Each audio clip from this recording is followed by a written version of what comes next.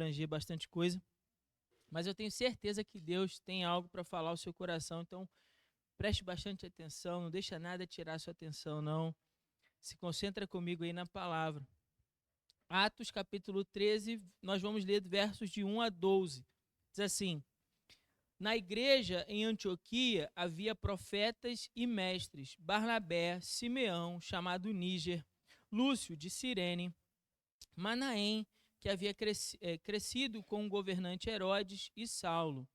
Enquanto cultuavam o Senhor e jejuavam, o Espírito Santo disse: separai-me Barnabé e Saulo para a obra para a qual os tenho chamado. Então, depois de jejuar, oraram e lhes impuseram as mãos e deixaram que partissem. Assim, enviados pelo Espírito Santo, desceram a Seleucia e dali navegaram para Chipre. Chegando a Salamina, anunciavam a palavra de Deus nas sinagogas dos judeus. Tinham João como auxiliar.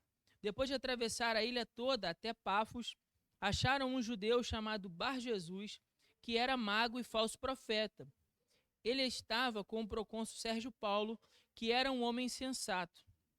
Este chamou Barnabé e Saulo e demonstrou desejo de ouvir a palavra de Deus. Mas ele mais, o mago, pois assim se traduz o seu nome, opunha-se a eles, procurando desviar o procônsul da fé.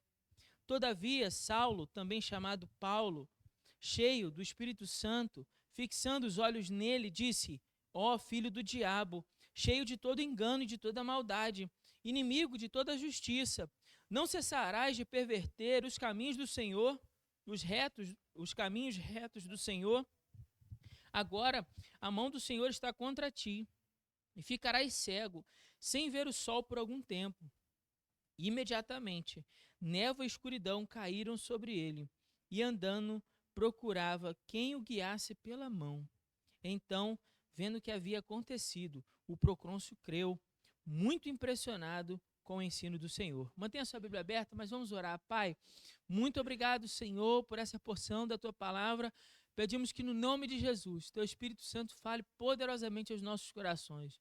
Que nossos ouvidos estejam abertos e atentos, Senhor, à tua voz, o nosso coração sensível a discernir aquilo que o Senhor deseja de nós por meio da tua palavra. É o que nós te pedimos em nome de Jesus. Amém. Os irmãos podem se assentar? A igreja seguiu o seu crescimento, tal como foi dito pelo nosso Senhor. Em Atos capítulo 1, verso 8, o Senhor Jesus disse: e sereis minhas testemunhas. Quem lembra? Tanto em Jerusalém, como em Judéia e Samaria e até os confins da terra. Então, o livro de Atos, ele se baseia justamente nessa ordem. O crescimento e a expansão do evangelho, do testemunho dos crentes em Jerusalém, capítulos de 1 até o capítulo 7, nós vimos esse crescimento da igreja em Jerusalém. Do capítulo 8 até o capítulo 12, Judéia e Samaria, né, e cidades ali ao arredor, Cesareia e Antioquia da Síria. E do capítulo 13, então, desse texto que nós acabamos de ler, do capítulo 13 até o capítulo 28, nós veremos uma sequência de 3 viagens do apóstolo Paulo. E essas 3 viagens são para sinalizar essa última parte do versículo que diz até os confins da terra. Então, nesse momento desse texto que a gente acabou de ler, começa-se uma nova sessão no livro de Atos. Um novo bloco aí maior, uma nova divisão maior no livro de Atos. E nessa nova parte do livro, do capítulo 13 até o final, e o final você vai ver que não tem final, né? Mas do capítulo 13 em diante, nós vamos ver 3 viagens missionárias do apóstolo Paulo percorrendo todo o mundo antigo daquela época. Irmãos, algo extraordinário, um feito realmente notável. O próprio apóstolo Paulo vai dizer que desde Jerusalém até o Ilírico, né, o que seria basicamente todo o mapa do mundo naquela época, né, o mundo como eles o conheciam naquela época, mais ou menos 56 anos depois de Cristo, Paulo vai dizer: de Jerusalém ao Ilírico, pregamos o evangelho em todo lugar. Pense um pouco nessas palavras. Pense um pouco nisso. Um feito realmente extraordinário, notável do apóstolo. Nos capítulos 13 e 14, nós vamos ter o relato da primeira dessas 3 viagens. Então, o que nós estamos lendo é a primeira viagem, né? Como ela acontece, como eles decidiram fazer essa viagem e o que eles fazem aí para iniciar essa jornada, essa primeira jornada missionária. Desses capítulos 13 e 14, nós vamos ver essa viagem percorrendo 9 cidades, começando e terminando em Antioquia. Eu vou pedir para Maria colocar para nós uma foto que eu separei, irmãos, para ficar mais claro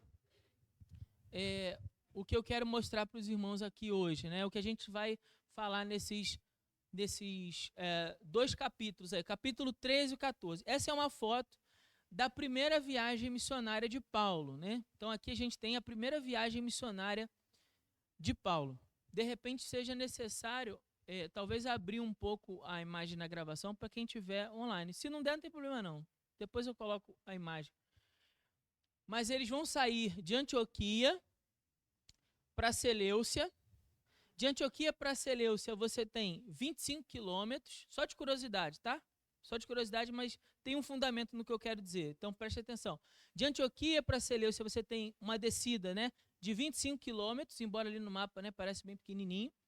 Depois, do porto de Seleucia, até o porto de Salamina, que era a cidade mais importante de Chipre, né? Salamina era a cidade mais importante de Chipre. Você tem uma viagem de navio de 210 quilômetros em alto mar, ali no mar Mediterrâneo. Então, só isso já era uma viagem muito perigosa para a época, tá certo? Uma viagem muito perigosa para a época, uma chance muito grande de que eles não sobrevivessem, mas eles vão lá e encaram essa viagem, 210 quilômetros até Chipre. Chipre é a terra natal de Barnabé. Então, eles vão chegar na província de Chipre, que é governada pelo governador Sérgio Paulo, e de Salamina até Pafos, ali você vai vendo a setinha vermelha, eles vão percorrendo toda a ilha, pregando o evangelho, e aproximadamente ali a distância, né, entre essas cidades e a trajetória que eles fazem na ilha é de 145 quilômetros. Então, eles vão percorrer 145 quilômetros pregando o evangelho. Até chegar em Pafos, que é a capital de Chipre, e o outro porto, né, nesse caso, a oeste. E dali eles vão navegar para Perge, na Panfilha, e aí vão seguir nos próximos capítulos. A gente vai devagar, a gente vai por partes, mas só para os irmãos entenderem. Depois de percorrer toda essa cidade, eles vão a Antioquia, Icônio, Listra, Derbe, e voltam, vêm fazendo o mesmo caminho de novo, e de Perge voltam para Antioquia, não passam novamente por Chipre, mas vão de Perge para Antioquia. Ao todo, são 2.544 quilômetros. Só uma curiosidade aqui, mas só para você ter uma ideia da dificuldade e da dimensão dessa viagem. Imagina, irmãos, percorrer 2.544 quilômetros hoje já seria bem difícil, ou não? Imagina naquela época. Pastor, você está falando de geografia bíblica, eu quero saber depois o que isso vai ter a ver com a minha vida hoje, né? Calma aí que eu vou chegar lá. Se eu estou trazendo uma informação assim, os irmãos sabem que eu não gosto de trazer isso só pelo conhecimento. Tem um propósito, tá? Tem um propósito. Então, por isso que hoje o nosso sermão ele vai ser em 2 partes. Eu só vou falar dos primeiros 5 versículos hoje, porque não dá para se estender mais do que isso. Tá, irmãos? Realmente essa palavra tocou muito mesmo no meu coração. E tem quase 10 folhas de sermão aqui, então a gente só pode fazer os primeiros 5 versículos hoje, porque temos ceia. Mas, bom, dito isso, vamos pensar, 2.544 quilômetros, um feito notável já nessa primeira viagem, e as outras são ainda maiores, as próximas serão maiores, a gente vai ver isso. Só nessa primeira sessão aí, de 1 a 5, onde eles chegam em Pafos, a gente tem 380 quilômetros. Pensa nisso, 380 quilômetros. Pode tirar, Maria, para não desviar a atenção. Pode tirar, por favor. Então, ao todo, segundo um estudo feito pela Faculdade de Stanford, nos Estados Unidos, nas 3 viagens de Paulo, mais o deslocamento dele, quando foi preso, até a capital do Império Romano para ser julgado, o apóstolo Paulo percorreu ao todo as 3 viagens, mais o deslocamento até o seu julgamento, foram 16.547 quilômetros. Vou repetir, 16.547 quilômetros. Seria como percorrer, né? Seria como correr 394 maratonas. Não sei se os irmãos sabem, mas uma maratona tem 42 quilômetros. Seria como se o apóstolo Paulo tivesse corrido 394 maratonas. Ao longo dessas, ao longo dessas maratonas, tem um detalhe aqui que a gente não pode faltar, né? Um detalhe muito importante. Ao longo dessas maratonas, né, dessas 394 maratonas, do decorrer do seu ministério, o apóstolo Paulo vai nos contar que ao longo dela ele sofreu açoites, quase 200 açoites, né, divididos aí em sessões de 40 menos 1, apedrejamentos, perigos em rios e desertos, perseguido pelos gentios, perseguidos pelos seus compatriotas, sofreu naufrágio 3 vezes, passou um dia e uma noite inteira em alto mar, fome, sede, frio, e ainda muitos outros percalços para fazer esse trabalho, para percorrer o seu chamado, e dizer no final, lá em 2 Timóteo, capítulo 4, verso 8, combati o bom combate, completei a carreira, guardei a fé. Isso sim é dizer, eu combati um bom combate. Foi uma boa luta. Completei a carreira que me estava proposta. Corri toda a trajetória que Deus havia proposto para mim. Eu corri 16.547 quilômetros. Pensa nisso, irmão.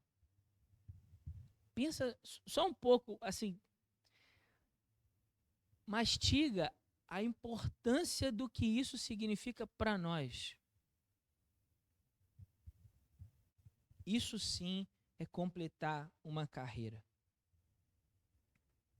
Bom, nesse texto que a gente leu, a gente vai ter esse início dessa primeira viagem. Então, a gente está só começando hoje aqui, a gente está só introduzindo essas viagens. Então, a gente tem 2 momentos aqui. A gente leu o texto, né, 13, do 1 ao 12, e nesse texto a gente tem 2 momentos. O primeiro momento é quando essa viagem é organizada. Ele vai do 1 até o verso 5. É nele que eu vou me concentrar hoje. E depois ele tem um segundo momento, ainda nessa primeira parte do texto, que vai do 6 até o 12, que é quando eles já encontram a oposição. Já no início da viagem, e já encontram oposição. Tá? Hoje a gente vai ficar só nesse momento em que essa viagem é organizada, versos de 1 a 5, e pensar no que lições esse texto traz para nós. O verso 1 fala que lá na igreja haviam profetas e mestres. Profetas e mestres. E esses profetas e mestres, eles estavam servindo na igreja local em Antioquia.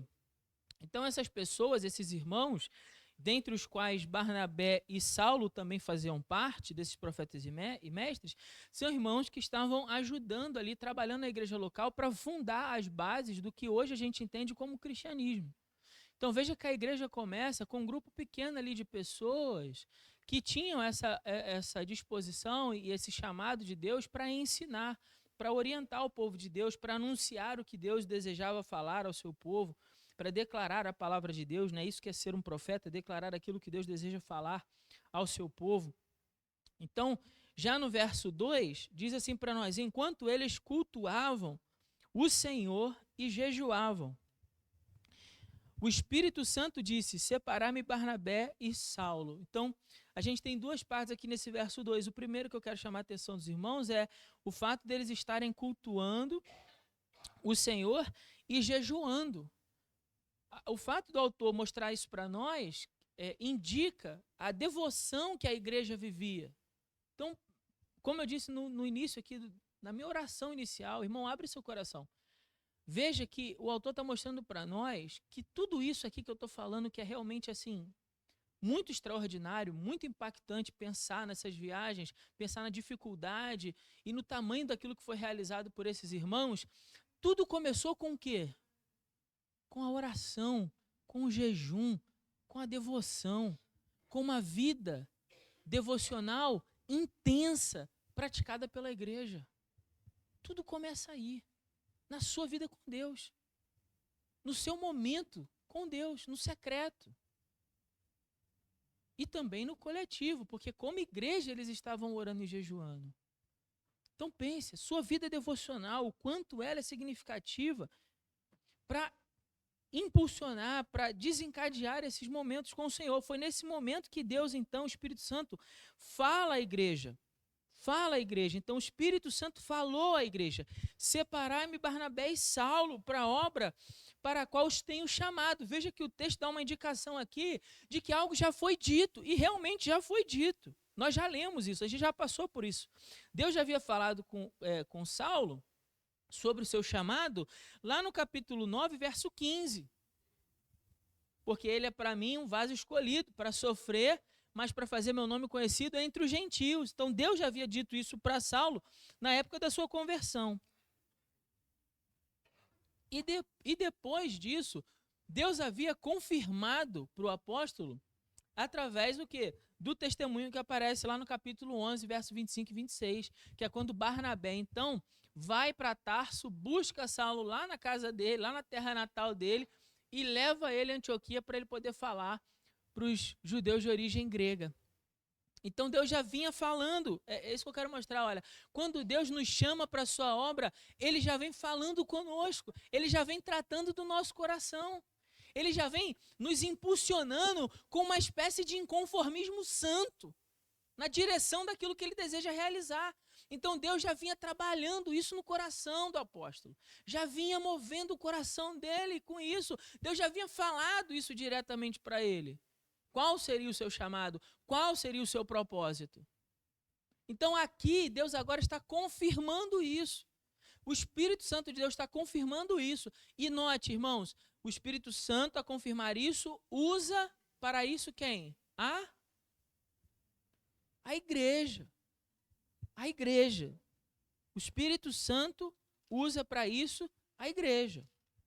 O Evangelho em movimento através de nós. O Evangelho em movimento através de nós. Aí olha o verso 3, diz assim, ó, depois de jejuar e orar, então ó, Deus já havia falado, e agora o que eles estavam fazendo de novo? Orando e jejuando novamente. Você acha que é à toa que o autor está repetindo isso? Não é à toa. O autor está mostrando para nós a intensa busca pelo Senhor que aquela igreja vivia, como era a vida devocional daqueles irmãos, a sua busca, o seu zelo por compreender qual era a vontade de Deus para a vida deles, e depois de Deus declarar a sua vontade, o que eles fazem? Vamos buscar a Deus novamente, em oração, em jejum, para que Deus confirme o que quer de nós. Isso tudo para tomar uma decisão de mandar 2 homens em viagem. Aí você tem decisões importantes na sua vida que você nem ora. Aí você vai tomar uma decisão extremamente importante para você e para a sua família, nem sequer dobra o joelho para orar. Que dirá jejuar? Entende? Tudo começa com a nossa devoção. A nossa vida devocional é que nos impulsiona através desse inconformismo santo para fazer alguma coisa. É assim que acontece. John Wesley, certa vez, declarou da seguinte maneira isso. Ele disse assim, olha, eu me coloco em chamas. Como John Wesley se colocava em chamas? Através da busca em Deus por oração, orando. E depois, o povo vem para me ver queimar. Então, quando as pessoas iam até John Wesley para ver ele pregar, ele compreendia que aquilo se dava pela dependência de Deus. Então, eles irão fazer, o evangelho irá se colocar em movimento, o evangelho em movimento, através de quem? De nós. Para isso, precisamos buscar o Senhor. O evangelho em movimento através de nós, e para isso a gente precisa buscar o Senhor. E eles então estão buscando a Deus, eles estão orando, jejuando. E aí o final do verso 13 ele fala, oraram e lhes impuseram as mãos. Aqui a imposição de mãos no Novo Testamento era um sinal de ordenação, de consagração. A autoridade de Jesus que foi posta sobre a igreja. Agora a igreja, então, de posse dessa autoridade, impunha as mãos sobre Paulo e Barnabé e declaravam essa autoridade, né, confiavam essa autoridade a Paulo e Barnabé, para que eles agora, de posse dessa autoridade do evangelho, né, como autoridades do evangelho, pudessem pregar a palavra de Deus. Então esse é o sentido. Veja, eles não se autoconsagraram ao ministério. Entende? Eles não fazem assim, ó, não, Deus falou comigo que agora eu sou pastor. A partir de agora eu sou pastor. Porque Deus falou comigo. Não. Deus falou com eles, sim, confirmou por meio da igreja. E a igreja, na autoridade que foi dada por Jesus, então, impôs as mãos sobre aqueles irmãos e confiou essa autoridade para que eles fizessem o que deveria ser feito. É assim que acontece. É assim que deve acontecer. Verso 4. Assim, olha que detalhe, você está acompanhando a sua Bíblia?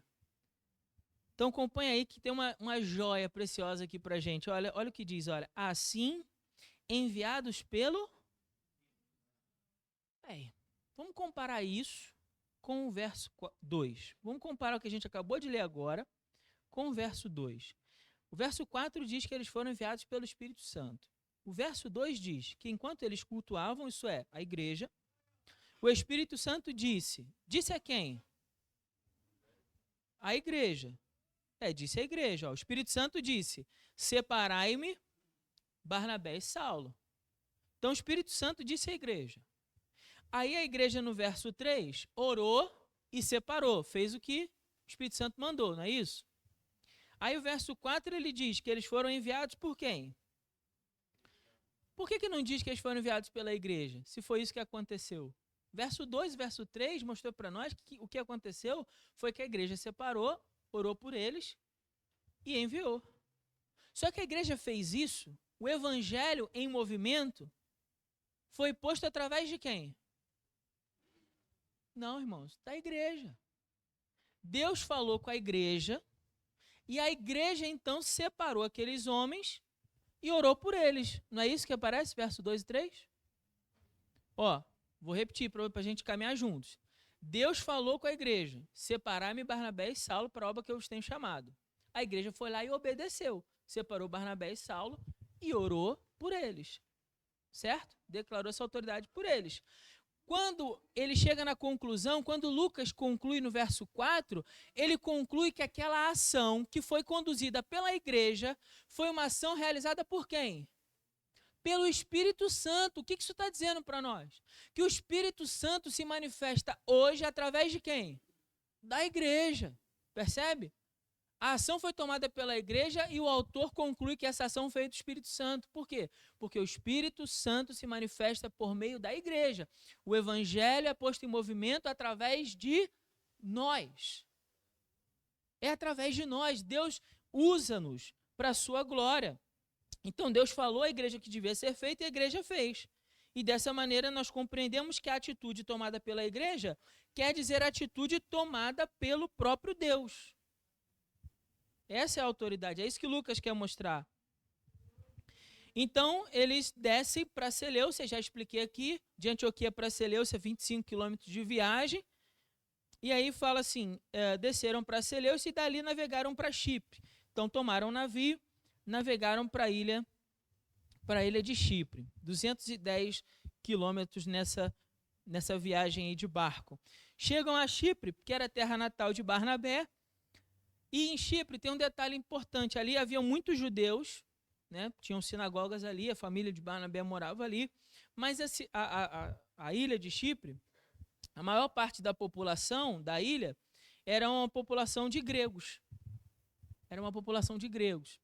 Então, como a maioria dessas pessoas são gregas, aí a gente fala que a maioria das pessoas nessa cidade eram de gentios. Então, aqui a gente está vendo o evangelho chegando numa cidade, pela primeira vez, onde a maioria de pessoas são gentios. Deu para entender? Por isso que esse texto marca uma ruptura no livro, uma transição no livro. E aí eles chegam a Salamina. Chegando a Salamina, eles anunciam a palavra de Deus nas sinagogas dos judeus. Por que Paulo vai para a sinagoga? A gente vai ver mais à frente, mas a estratégia de Paulo é sempre ir para a sinagoga. Ele aproveita o texto bíblico que é lido, né, o texto das Escrituras que é lido na sinagoga, e então ele explica o sentido para demonstrar que o que eles estão lendo na lei fala de Jesus. Então essa é a estratégia do apóstolo. Ele vai para a sinagoga, eles vão ler o texto. Quando eles leem o texto, ele fala assim, bom, deixa eu explicar o que esse texto diz. Esse texto diz isso, isso e isso. E sabe de quem esse texto está falando? De quem? De Jesus. Ele é o Cristo, ele é o Messias. E assim ele convencia os judeus de que Jesus era o Cristo. Mas a gente vai ver isso mais para frente.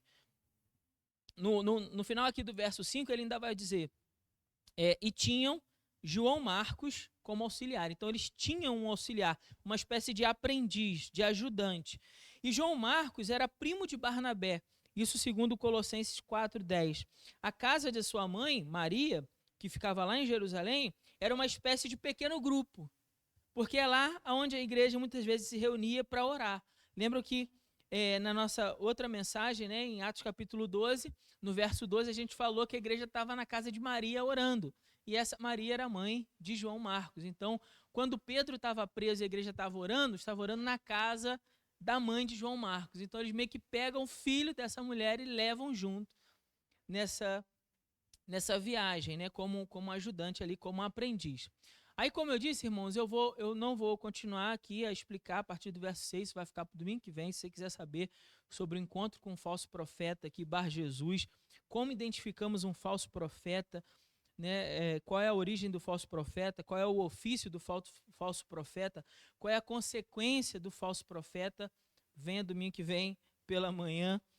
Então, eu já vou partir agora para a nossa grande ideia aqui desses versículos e depois algumas aplicações que eu tiro para a nossa vida a partir aqui do 1 ao 5. Então, qual é a grande ideia que essa sessão está mostrando para nós? O evangelho em movimento acontece através de nós. Essa é a mensagem que Lucas está transmitindo. O evangelho em movimento se dá através da igreja. Guarde isso no seu coração. Nós queremos que o evangelho alcance toda a cidade, amém ou não? Então entenda, abra sua cabeça para isso. O evangelho em movimento se dá através da igreja. Se nós desejamos que o evangelho alcance as pessoas da cidade, nós precisamos ter em nós o desejo de alcançar esses perdidos, de buscar esses perdidos, de que o evangelho alcance pessoas através da sua vida. Você precisa disso. Agora, olha só, aqueles irmãos estavam orando e buscando por isso. E eu também, essa é a primeira lição que aprendo com eles. Devemos, irmãos, buscar a Deus com intensa devoção, pelo desejo de alcançar os perdidos e fazer com que o evangelho de Cristo seja conhecido em todo lugar. Sabe o que fez aqueles 2 homens saírem nessa viagem, levando João Marcos, uma comitiva pequena de 3 pessoas ali, para percorrer todos esses mais de 2.500 quilômetros? Sabe o que fez eles fazerem isso? O desejo de fazer com que Cristo seja plenamente conhecido. Sabe por que o evangelho hoje não alcança todas as pessoas dessa cidade? Porque, infelizmente, temos de reconhecer diante do espelho que não há esse mesmo desejo em nós. É duro, mas é verdade. 2 irmãos, 2, olha para o lado e vê quantos nós somos. Dá uma espiadinha aí, como quem não quer nada. Olha quanto nós somos aqui dentro. 2 irmãos, impulsionados por um desejo, por um inconformismo santo, de que o evangelho seja posto em movimento e que Cristo seja plenamente conhecido, fez eles saírem mais de 2.500 quilômetros. A gente muitas vezes não consegue chamar o vizinho para o culto. A gente muitas vezes não consegue mandar um versículo para um parente que não é crente. Por quê? Não há esse desejo em nós. Pastor, como eu faço? É por minha vontade? Não. Ore, busque a Deus, jejum e oração, para que o Espírito Santo de Deus mova o seu coração em direção aos perdidos. Porque do contrário, você sempre será um crente, como eu já disse aqui, SSS. Salvo, sentado e o quê? satisfeito. Se tem uma coisa que Paulo não era, era um homem satisfeito. Não tem como. Paulo era um homem extremamente insatisfeito. Agora a gente encontra crentes pelo caminho que estão dando trabalho, porque a sua vida está parada demais. Você precisa ser posto em movimento pelo Espírito Santo de Deus. Você dá trabalho para a igreja, para os seus líderes, para os oficiais da igreja, porque você não é posto em movimento. E o que te coloca em movimento é o Espírito Santo de Deus, pelo desejo de fazer o evangelho plenamente conhecido.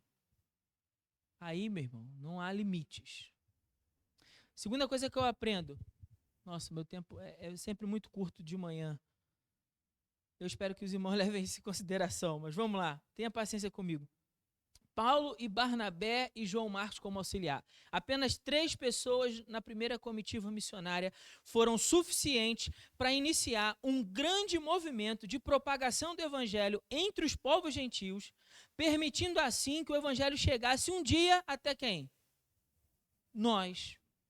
Isso deveria servir para mim e para você de grande motivação. Por quê? Percebemos que Deus pode usar poucos para ganhar muitos, que Deus pode fazer com que uma iniciativa aparentemente pequena, uma iniciativa bem pequenininha, seja capaz de produzir resultados extraordinários. Extraordinários. Lembremos-nos, portanto, das palavras de Jesus em Mateus 13, 31 e 32, quando nos diz que o reino dos céus é semelhante a um grão de mostarda, o qual é o menor de todas as sementes, ou seja, uma iniciativa muito pequenininha, mas que crescendo é capaz de se tornar a maior das hortaliças. Se torna grande, começa pequeno e se torna grande. Começou com 3, levou o mundo inteiro a Cristo. Começa pequeno, uma pequena iniciativa, se tornando algo extraordinário. E aí o texto de Mateus diz para nós que as aves dos céus se alinham em seus ramos. Ali Jesus está mencionando as palavras do profeta Ezequiel, capítulo 17, verso 23, quando o profeta diz que haverá uma árvore, e essa árvore representa o Messias, o cedro, e que as aves do céu irão buscar abrigo, irão se aninhar nessa árvore. Ali o profeta está declarando que quando Deus plantar o Messias, ou seja, Cristo viesse ao mundo, o evangelho na pessoa de Jesus, então as aves são os povos gentios. E é isso que a gente está vendo aqui. Os povos gentios conseguiriam buscar abrigo e segurança em Cristo. Como isso iria acontecer? Porque uma pequena iniciativa. Eu trouxe aqui, não sei se todos os irmãos já viram. Nossa, é até difícil até de pegar. Mas eu trouxe aqui uma semente de mostarda. Mas é tão pequenininha. Chega aqui para mim, Heitor, por favor. Não vai dar nem para vocês verem assim. Mas coloca aí na sua mão, Heitor, só para você ter uma ideia. Você já pegou uma semente de mostarda? Você esperava que tivesse esse tamanho? É muito pequena, né? Pequena demais. Se desviar aí, você não consegue enxergar. Pode sentar lá, Heitor. Pode ficar com ela. Eu sei que não dá para todo mundo ver, mas pelo menos alguém vê. Uma pequena, foi assim que Jesus falou, começa com algo pequeno, se torna algo grande. E as aves do céu, irmãos, quantas pessoas por essa cidade são como que aves buscando abrigo, buscando um ninho, e não têm aonde ir, não se sentem seguras, estão perdidos.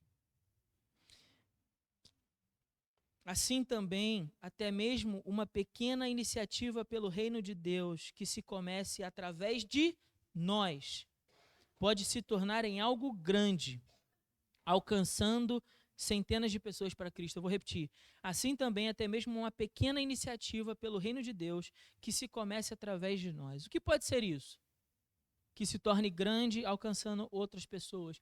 Pode ser você falando de Jesus para um parente seu que não é crente, para um vizinho seu que não é crente, aproveitando a tecnologia que Deus nos deu do WhatsApp, mandando um áudio dizendo assim, ô João, estava orando por você aqui, meu irmão, e queria compartilhar com você um texto da palavra de Deus. A palavra diz isso. Creia no Senhor Jesus, Ele pode te salvar. Queria dizer para você que eu tenho orado pela sua vida. Uma pequena iniciativa, mas pode se tornar algo grande, alcançando centenas de pessoas. O que você pode fazer, ainda que pequeno? Pense nisso. Eu não tenho mais tempo por hoje. Eu não tenho mais tempo. Vai ficar para o próximo domingo. Então eu queria terminar desafiando você. Desafiando você que essa semana, talvez até hoje, você se colocasse diante de Deus em busca e oração, em devoção, e pedisse ao Senhor, Senhor, enche o meu coração de amor pelos perdidos, e Deus, me dá a direção de uma pequena iniciativa que eu possa tomar, mas que possa alcançar muita gente para o Senhor. Eu queria te desafiar a isso. Eu queria te desafiar. Você acha que daqui para o final do ano tem muito tempo ou pouco tempo? Eu acho que tem um tempo razoável. Para quê? Para ganhar pelo menos uma pessoa para Jesus. O que você acha disso? Amém. Glória a Deus. Mais alguém? Ou será que só a irmã vai ser corajosa a esse ponto de se manifestar publicamente? Amém. Glória a Deus. Amém. Amém. Amém. Temos ainda maio, junho, julho, agosto, setembro, outubro, novembro, dezembro, 8 meses. Será que em 8 meses, 8 meses, orando por alguém, buscando alcançar uma pessoa para Cristo, dedicando parte do seu tempo, parte da sua vida, parte do seu dia, parte do seu esforço, parte do seu trabalho, você não poderia alcançar ao menos um vizinho para o Evangelho? Um parente seu que está na droga, no vício, no alcoolismo, na bebida, na mentira, na idolatria, na prostituição. Uma pessoa. O Evangelho precisa estar em movimento, mas Ele fará isso através de nós. Não fique achando que Deus vai mandar um anjo na frente dele ou dela, abrir um pergaminho de fogo e dizer, ei, você precisa aceitar Jesus como seu Senhor e Salvador. Deus não confiou essa mensagem aos anjos. Deus confiou a mensagem do Evangelho à igreja. As pessoas que Deus espera usar somos eu e você, a igreja. O Espírito Santo age por meio da igreja nesse tempo. Que pequena iniciativa você pode? Que pequena iniciativa? Queria te desafiar também, você que é mulher, você é homem, a ter uma pequena iniciativa de separar 1h30 do seu tempo durante a semana para fazer parte de um PGM, de um pequeno grupo. Para você crescer espiritualmente, para você sair da inércia. Para você começar a melhorar sua vida de oração, sua vida devocional, para você ser cuidado e cuidar de alguém, para você sair da superfície e começar a aprender mais a palavra, você participar de um PGM. É para isso que o PGM existe na igreja, para você crescer, amadurecer, ser edificado. Não é para você passar tempo de comunhão só para bater papo com os irmãos, não. O PGM não é para isso, não. Não é só para sua convivência, não. É porque a gente entende nesse tempo que nós precisamos ser tratados, ensinados, edificados, desafiados, para poder sair dali e ganhar outras pessoas. É uma pequena iniciativa, mas pode se tornar algo grande, alcançando. Esse é o sonho, está lá no quadro dessa igreja. Esse é o sonho dessa igreja, através de um pequeno grupo, uma pequena semente, alcançar toda essa cidade para Cristo. Está lá no quadro lá. Não sei se Deus vai dar essa graça, mas a gente vai lutar por isso enquanto Deus nos der força. Amém? Pode trazer a mesa. Eu peço desculpa aos irmãos pelo horário. Não tinha como diminuir. Vou chamar os diáconos aqui à frente. Chama a Vanessa também para nos ajudar.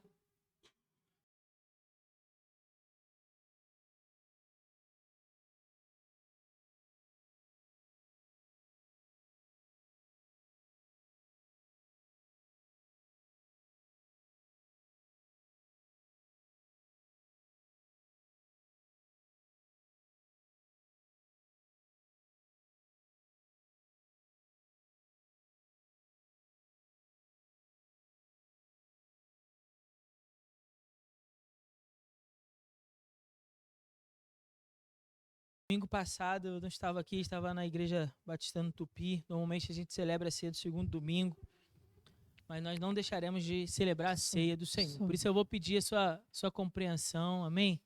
De mais alguns minutos. Porque esse momento ele é muito importante na vida da igreja, mas eu confesso aos irmãos que eu me senti muito desafiado. Preste aqui atenção em mim, olha. Eu me senti muito desafiado por essa palavra. Tinha muita coisa ali que eu não consegui falar hoje, que vai ficar para o domingo que vem. E eu espero que no nome de Jesus você também saia daqui nessa manhã desafiado por essa palavra. Em nome de Jesus. Primeira Igreja Batista em Congonhas. Que o Espírito Santo de Deus gere dentro do seu coração um inconformismo santo de fazer alguma coisa. Bom, nós vamos cantar. Vamos orar primeiro. Os irmãos, eu vou pedir aos irmãos que vão participar da ceia que se coloquem de pé, os diáconos irão servir. Aí, à medida que o irmão for receber o elemento, o irmão pode sentar, tá bom? Só para poder facilitar na hora da distribuição dos elementos. Pai querido, nós estamos diante dessa mesa para trazer à memória aquilo que o Senhor Jesus fez por nós ali naquela cruz. Pedimos no nome santo de Jesus e para a tua glória que o Senhor perdoe os nossos pecados. Reconhecendo, Pai, diante do Senhor a nossa limitação e as nossas incapacidades, Senhor. Pedimos perdão pelos nossos erros e falhas, seja por pensamentos, por palavras ou por obras. Pedimos que o Senhor tenha misericórdia de nós. E que o Senhor nos permita participar desse momento, agora, de consciência limpa diante do Senhor, lavados e remidos pelo precioso sangue de Jesus, em alegria e comunhão, celebrando em comunidade a importância desse pão partido e desse vinho, do sangue derramado naquela cruz, para a salvação das nossas vidas. Nós pedimos que o Senhor nos abençoe dessa maneira, no nome de Jesus. Amém. Bom, nós vamos cantar um hino do Inário Cristão, Inário para o Culto Cristão, o hino 132.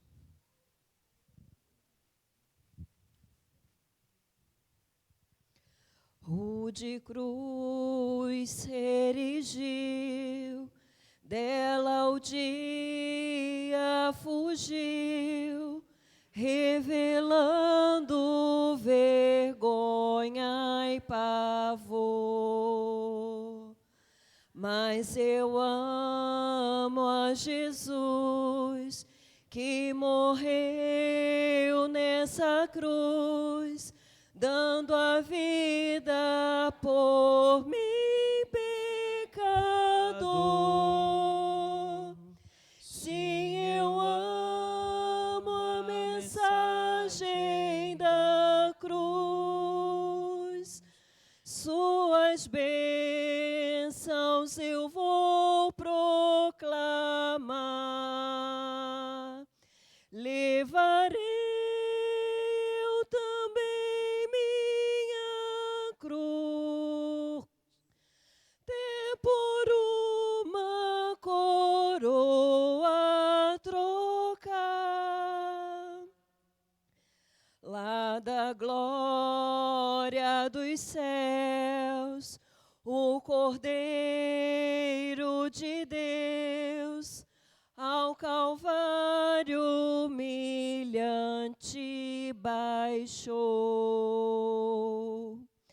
E essa cruz tem para mim atrativos sem fim, porque nela Ele me resgatou. Sim, eu amo a mensagem da cruz, suas bênçãos eu vou proclamar, levarei eu também minha cruz, até por uma coroa trocar. Eu aqui com Jesus, a vergonha da cruz, quero sempre levar e sofrer. Ele vem me buscar e com Ele no lar, sua glória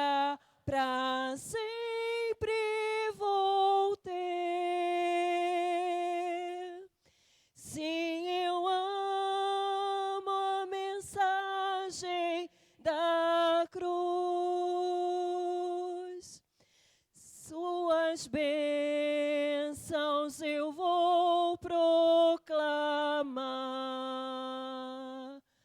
Levarei eu também minha cruz, até por uma coroa trocar.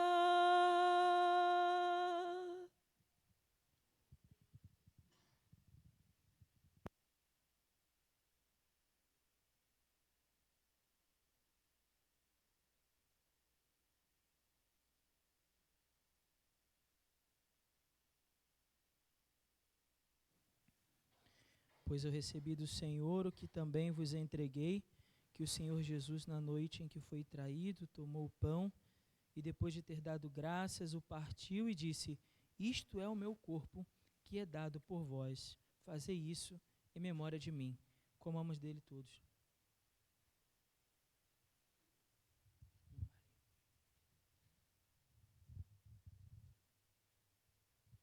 Oremos.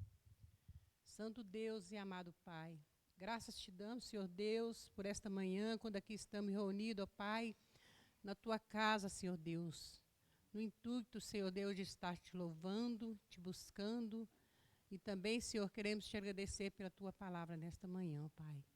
Te agradecemos, ó Pai amado, por este tão grande sacrifício que o Senhor se deu por nós, ó Pai. Quando ali naquela cruz do Calvário, Senhor, o Senhor deu o seu corpo para ser esmagado, Senhor Deus, em favor dos nossos pecados, Senhor. Por isso nós somos gratos a Ti por essa tão grande salvação em Cristo Jesus, ó Pai.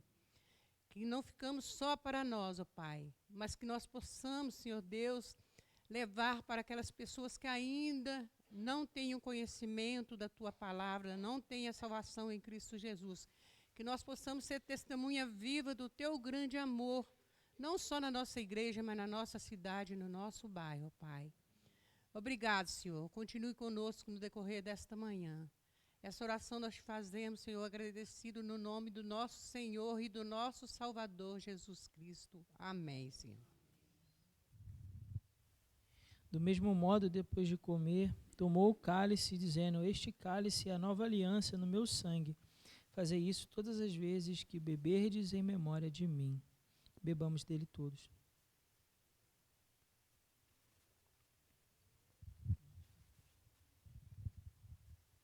Oremos a Deus. Senhor Deus e Pai Celestial, te agradeço nessa manhã, Pai, pela salvação em Cristo Jesus, Senhor. Sabemos que esse momento ele não confere graça, mas nós trazemos à nossa memória, Senhor, o sofrimento que o Senhor, Deus, sofreu por ter enviado teu Filho, Jesus também naquela cruz, Senhor, pagando altamente pelo meu pecado, Senhor. Obrigado por esta misericórdia, Pai, ter me alcançado. Eu te louvo, eu te agradeço nessa manhã, orando a Deus em nome de Jesus. Amém, Senhor.